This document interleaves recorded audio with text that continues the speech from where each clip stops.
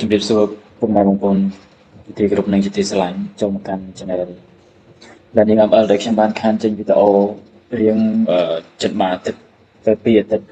ដែរក្នុងគឺថ្ងៃនេះគឺខ្ញុំបានបង្ហាញវីដេអូដែរអូខេឥឡូវគឺយើងមានបង្ហាញវីដេអូអីច្រើនទេយើងចូលមកក្នុងជ្រុងរបស់យើងមកហើយអ្នកគ្នាsign in ជាមួយនឹង Canva អញ្ចឹងរបៀបរបស់យើងគឺថ្ងៃនេះគឺខ្ញុំនឹងបង្ហាញថាតើយើងធ្វើមិនបាន convert រូបឬក៏កាតរបស់យើងហ្នឹងយើងចង់ធ្វើកាតឬក៏ចង់ធ្វើ CV ឬក៏ចង់ធ្វើសញ្ញាបត្រផ្សេងហ្នឹងដើម្បីឲ្យវាទៅនៅក្នុង PowerPoint វិញអញ្ចឹងដូចខ្ញុំសរសេរនៅកន្លែងនេះខ្ញុំចង់បាន ID អូខេដាក់ ID កាតមកអូខេខ្ញុំដាក់ប៉ុណ្ណឹងណាខ្ញុំមើលតម្រងមួយណាដែលគេថាវាស្អាតនិងខ្ញុំនឹងប្រើមួយហ្នឹងអញ្ចឹងខ្ញុំគិតថាមួយនេះស្អាតអូខេខ្ញុំចុចទៅលើ Canva ហ្នឹងគេខ្ញុំយកកន្លែង customize នេះគេយើងអូខេប៉ុណ្ណឹងណាអូខេអញ្ចឹងយើងអាចសេរីស្រង់របស់បានហើយយើងអាចបញ្ចូលពីឈ្មោះក្រុមហ៊ុនរបស់យើងឈ្មោះសាលារបស់យើងអីផ្សេងបានហើយយើងអាចដាក់សញ្ញាដាក់អីបន្ថែមនឹងតាមនឹងបានទៀតចឹងណាហើយកន្លែងនេះយើងដាក់តួនាទីរបស់យើងមកយើងដាក់ឈ្មោះយើងមកអាហ្នឹងអត់មានអីត្រូវខ្វល់ជាមួយវាច្រើនដែរឥឡូវវាកំណត់ទៅឲ្យយើងអស់ហើយអញ្ចឹងវីដេអូហ្នឹងគឺខ្ញុំចង់បង្ហាញថារបៀបនៃការforward វាទៅជា PowerPoint អញ្ចឹងអ្នកនរគ្នាចុចកន្លែង share ហ្នឹងមកហើយអ្នកនរគ្នាមកមើលកន្លែងដដែល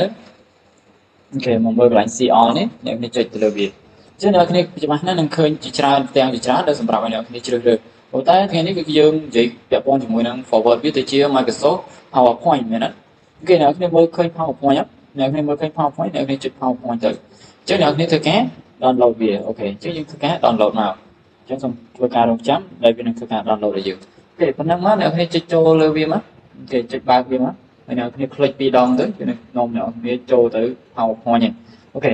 អញ្ចឹងវាធ្វើការចូលទៅដល់ PowerPoint នេះអ្នកនរគ្នាគ្រាន់តែយក enable editing នេះមកហ្នឹងហើយវាកំណត់กระดาษឲ្យយើងបានបែបហ្នឹងគឺការរបស់យើងទម្រង់បែបហ្នឹងមិនបាច់ថាយើងទៅជួយក្បាលកំណត់ទៀតទេអញ្ចឹងមានន័យថាយើងអាចកែ font បានច្រើនតែបើនៅក្នុង Canva ក៏តែយើងទៅឡើង font ខ្មែរ font អីចឹងណាតែបើកន្លែងនេះដូចខ្ញុំចង់ដូរវាទៅជា font ខ្មែរដាក់ថាលីអូខេដាក់ថាលី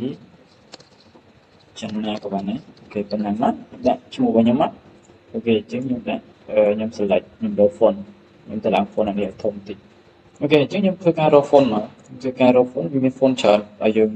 អញ្ចឹងណាវាមាន font ខ្មែរ font អីច្រើនបន្ថែមទៀតអញ្ចឹងយើងអាចរកបន្ថែមតាមនឹងបាននេះ font ខ្មែរវិញមកអែមអូ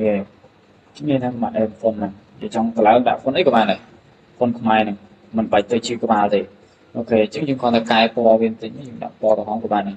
តែបើសិនជានៅក្នុងនេះបើនៅក្នុង Canva គឺយើងអត់អាចដាក់បានទេតែ font វាទៅឡើងមកមិនវាមានតែ font ខ្មែរខ្ញុំចុចឲ្យអ្នកមើលចុះគេ font យើងចុចមកមើលកន្លែងនេះមកនេះ font យើងមានតែប្រហែលនេះបើយើងចង់ដឹងថា font យើងមានប្រហែលយើងវាយមកយើងដាក់ខ្មែរ KXMER មកអូខេជា enter នេះ font វាមានតែប៉ុណ្ណឹងហើយតើយើងទៅឡើងបន្ថែមទៀតអូខេអញ្ចឹងវីដេអូខ្ញុំក៏មាន